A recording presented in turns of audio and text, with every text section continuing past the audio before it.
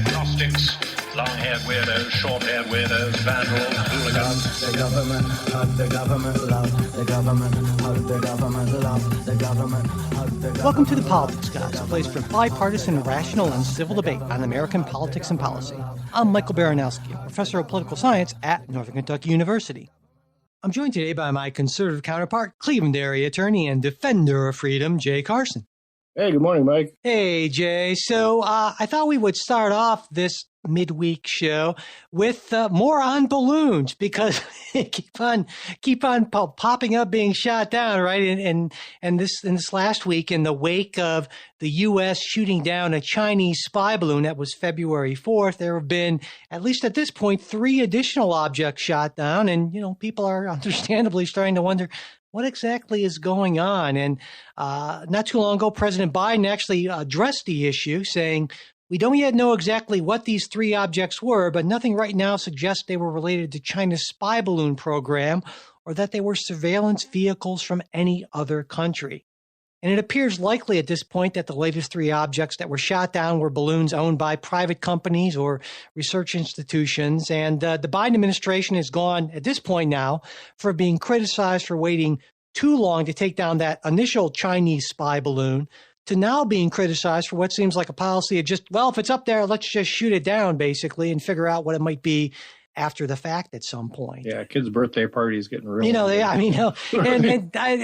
the president said that these 3 latest objects were detected after NORAD, that's the North American Aerospace Defense Command, stepped up its initial aerial surveillance following the Chinese spy balloon incident, and that they were taken down because they posed potential hazards to air traffic, and that the government couldn't entirely rule out the possibility that they might be surveillance balloons. And Biden finally said that his administration would be developing sharper rules for dealing with unidentified aerial objects, better cataloging of them, improved detection capabilities, and updated rules for launching and maintaining unmanned objects in U.S. airspace. And he also finally said that the U.S. would continue to engage with China, and that, in Biden's words, we see competition, not conflict with China, and that he'll remain in communication with President Xi. So, Jay, that's all relief. Yeah. What's your take on this kind of latest that's shooting down stuff? All these balloons. What do you think here? So here's where I am on this, and there are a lot of things that trouble me about this. And I look, I'm not being a conspiracy theorist to suggest I think there's more going on than what we're being told. That's kind of the definition of a conspiracy theory, isn't it? But go ahead. Originally, so these objects are shot down. The military comes out with a statement saying, specifically disclaiming that they're balloons. No, they said, no, they weren't balloons. We're classifying them as objects. Could they be alien? Well, we don't. We're not ruling it out. You're like, wait, what? And there's this. Then, it comes around. Well, okay, it is balloons. Well, then why didn't we say they were balloons in the first place? How can you not tell? Why, with these objects, why don't we have pictures? To me, it seems sort of strange that here's this object invading our airspace. We don't know what it is. Let's send the fighters up to shoot it down. Nobody. There's no camera, there's no picture, there's no imaging of these things taken before they're shot down. Then we've called off the search for the wreckage, but the president assures us there's nothing to worry about. They're just commercial or recreational or something. And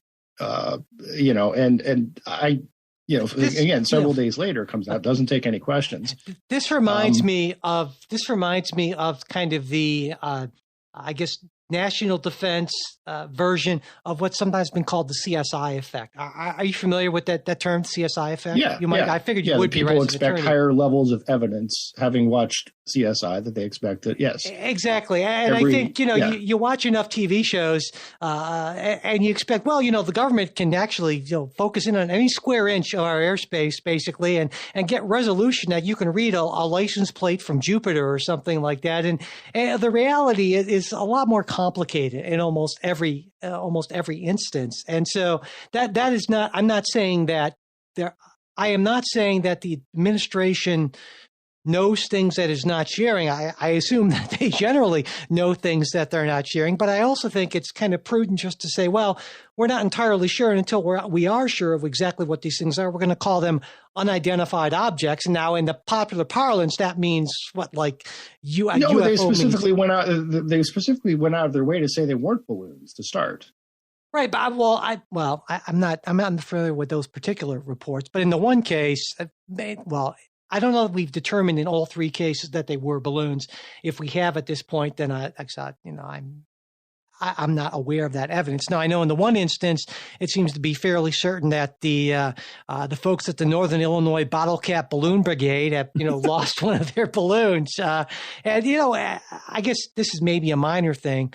I did some of the math, and it costs maybe $100, a little bit more to launch a weather balloon with kind of solar panels and all that kind of stuff. And around $500,000 to shoot one down with the Sidewinder missile. That's not like a great, economic trade-off. No, that's not a great return on investment. But then again, $500,000, it's not that big of a deal, certainly. But still, we'd rather have it be spent on something else, right? So, and Mark Kelly, former astronaut, senator, suggested that, we could maybe allay some of these problems if we just simply required that balloons have, the people who are launching balloons have transponders on them. And that to me seems like one of these things where that's maybe not an unreasonable regulation to suggest. There already are regulations about launching unmanned balloons, things like you have to track it and report in its location and that sort of thing. But transponder would be kind of above and beyond that. So because there are plenty of objects in the air at any given time, and that would allow for better tracking. But I don't know, to me, this is maybe, I wouldn't call it a novelty thing, but certainly it makes sense that we have better sense of what's going on in the skies. And if that means that it costs the Northern Illinois Bottle Cap Balloon Brigade a little bit more money to launch, I guess I'm okay with that. No, and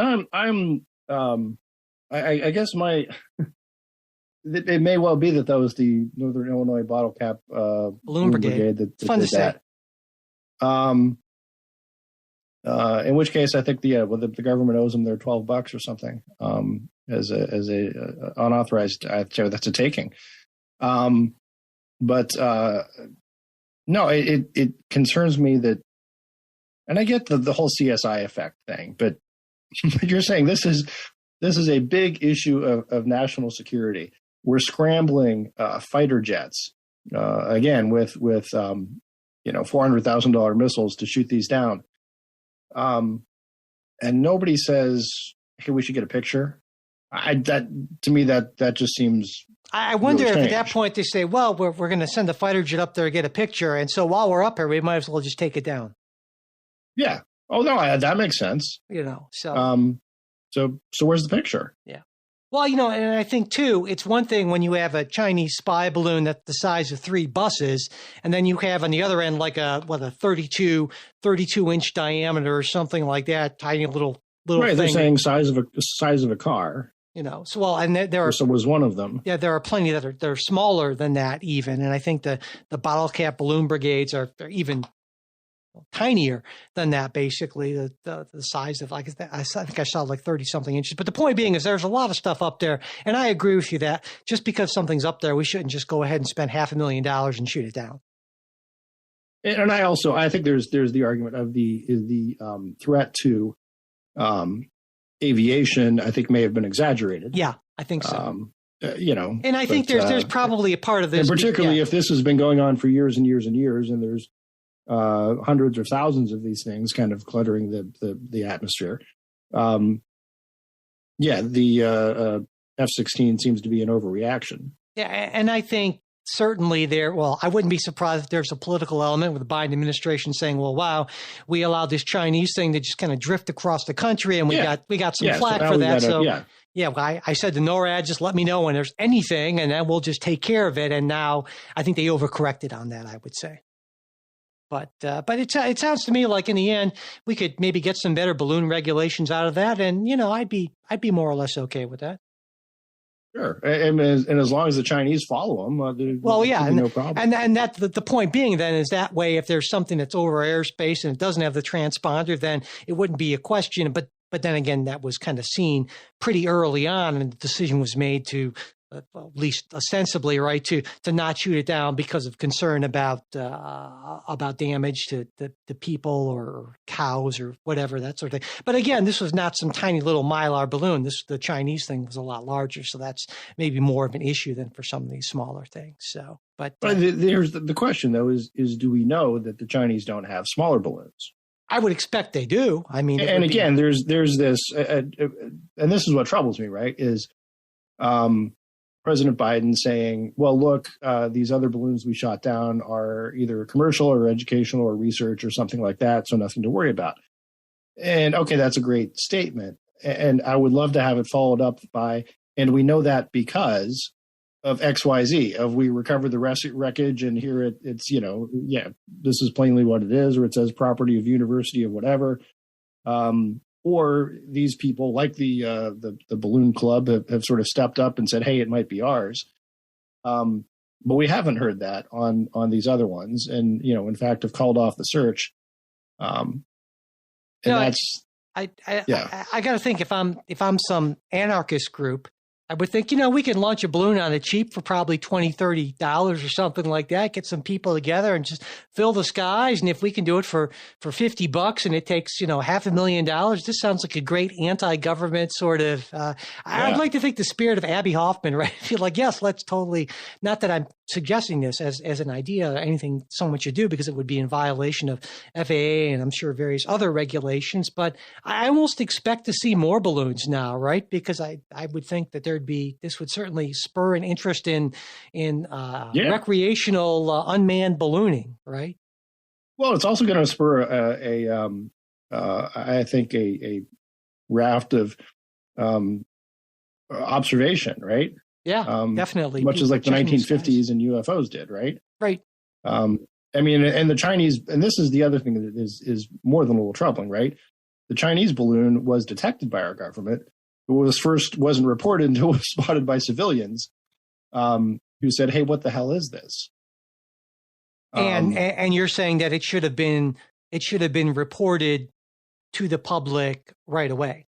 I'm saying it should have been. I guess the sense is, if our government knows there's a Chinese spy balloon flying over us, flying over our military bases, knows these objects are crossing into our airspace, shouldn't they be doing something about it? Whether it's letting us know immediately, whether it's taking it out, or if. But I guess that's what people's concern is the default policy. Just let it go because who needs the hassle?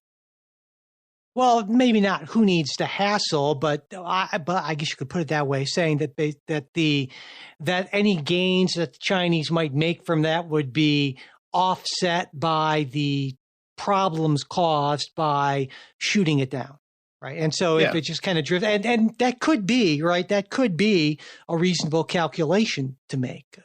But yeah, I see what you're saying. That's always that issue. Which would sort of play into, if I were to be a conspiracy theorist, which I'm not, if these other objects were Chinese, the ones that we're now dismissing, sure. Just trust us. They were, just research or private or something else, but we know it wasn't Chinese. But you're not saying that as a matter of policy, the government should just automatically release this information to No. Okay. I wouldn't be crazy about doing that, because to the extent it's national security information. But I think once the information comes out, then I think the government ought to be honest with the people. Gotcha. Right. No, that at least is honest as is practicable for national security purposes, because sometimes that's an issue as well. So, but and the other troubling thing this has led to is the other revelations that come out, that the military knew about these balloons, crafts, or other objects during the Trump administration, but nobody bothered to tell the policymakers. Well, yeah, I think a lot of times the inclination is just to sort of say nothing, keep things secret, and if nobody finds out, this actually works out for the best. But then when somebody does, it makes everyone look particularly bad. Yeah, but again, look, we spend a whole lot of money to have NORAD and the military and these folks keep track of these things. And if it's but we don't necessarily to say, well, we're not going to. We don't want to bother the president with that, or even not the president, right? Even just the next level up, or someone in the political branches with that. That's troubling for the it's one thing if it's civilian government. Yeah, it's one thing if it's the Bloom Brigade. It's another thing if it's something that we have reason to believe is in fact being launched by a strategic adversary or hostile foreign power, whatever you want to call it. So I would agree with you there. All right, so we hope that you enjoyed this preview of our supporters exclusive midweek show. And if you'd like to hear the rest of the episode, we hope you'll consider becoming a supporter. Supporters get access to all of our midweek shows, as well as ad-free versions of everything we put out, membership in our Politics Guys Discord group, where you can join in on the conversation, and even some other bonuses. To become a supporter, go to patreon.com/politicsguys. You can also support us through Venmo. We're at Politics Guys or through PayPal, and you will find all our support links in the show notes, as well as at politicsguys.com/support. And if you'd like to get the full midweek show every week, but you're not in a position to become a financial supporter, that's totally not a problem. Just send me an email, mike@politicsguys.com, and I will be happy to get that set up for you.